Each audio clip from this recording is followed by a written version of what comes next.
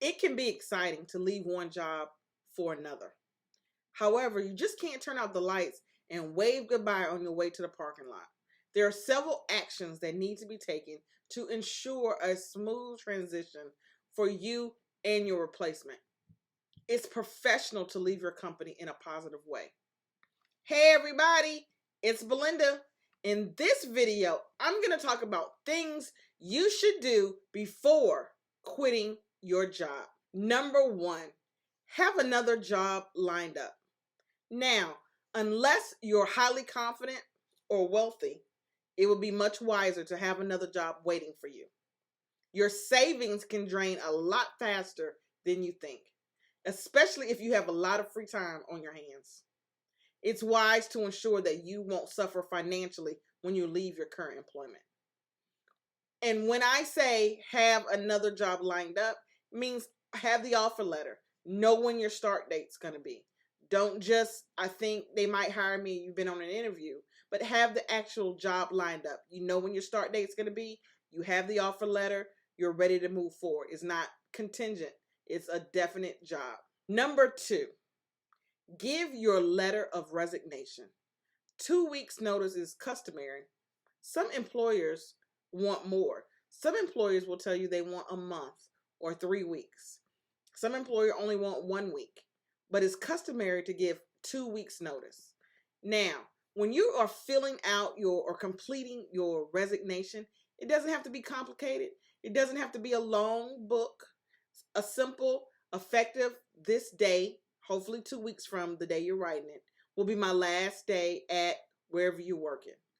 You can add, I've enjoyed working here, I've learned a lot, or you can leave it at that and sign your name.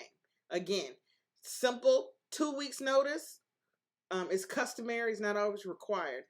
The reason why we say give a 2 weeks notice or 2 weeks notice, because that's customary, or a resignation letter, because if they have to call, if your current new employer or maybe the one after that wants to call your old employer for a references, they usually ask the title, dates of employment, and are you eligible for rehire? And a lot of times, if you did not give notice, you will not be eligible for rehire. So you don't need that mark on your reference, that you don't need it. So give a 2 weeks notice.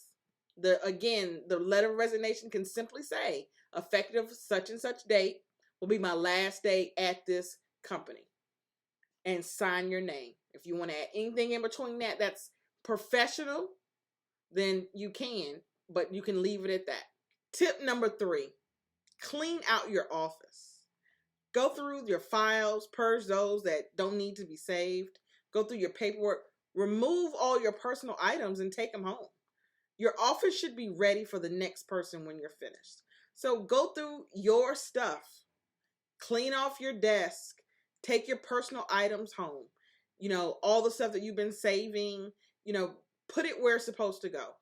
File it, purge it, whatever. Do what you're supposed to do. But clean your desk off and leave it, the top of the desk, the drawers inside the desk if you have drawers, just your office, period. Leave it hopefully better than you found it.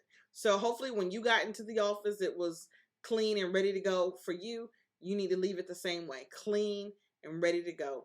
Take all your personal stuff home, purge all the things that are no longer needed, file those items that need to be filed. Tip number 5, be aware of your options regarding your retirement accounts.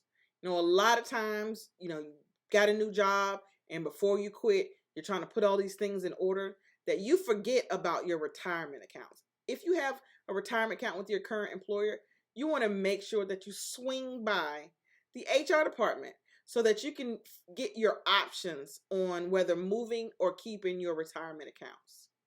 Again, like I said, before you leave, you're in such a rush, you're trying to make sure your desk is clean, that you've given notice, you're still coming to work on time, you're still staying current or catching up on your work so you don't leave it in a mess for the next person, that sometimes we forget some of the little important things, and that is your retirement account. You don't want to leave your employer without having a plan of what you're going to do with your retirement account. So swing by the HR department's office and see what your options are. That's tip number 5.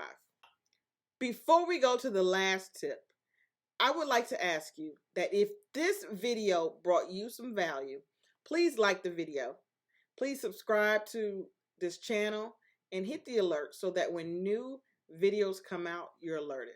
So if it brought you value, please like this video.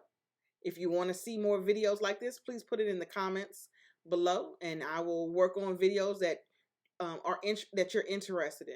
So now to the last tip, and that's tip number 6. Visit the doctor. Depending on the deductible and quality of your new insurance plan, it might be smart to hit the dentist, eye doctor, or get a physical before your current insurance runs out. A lot of new employers don't start their new employees off with insurance on day 1. Some of them wait 30 days. Some of them have to wait 60 days. Some of them have to wait 90 days before their insurance kicks in. So you want to go ahead and get all those things knocked out.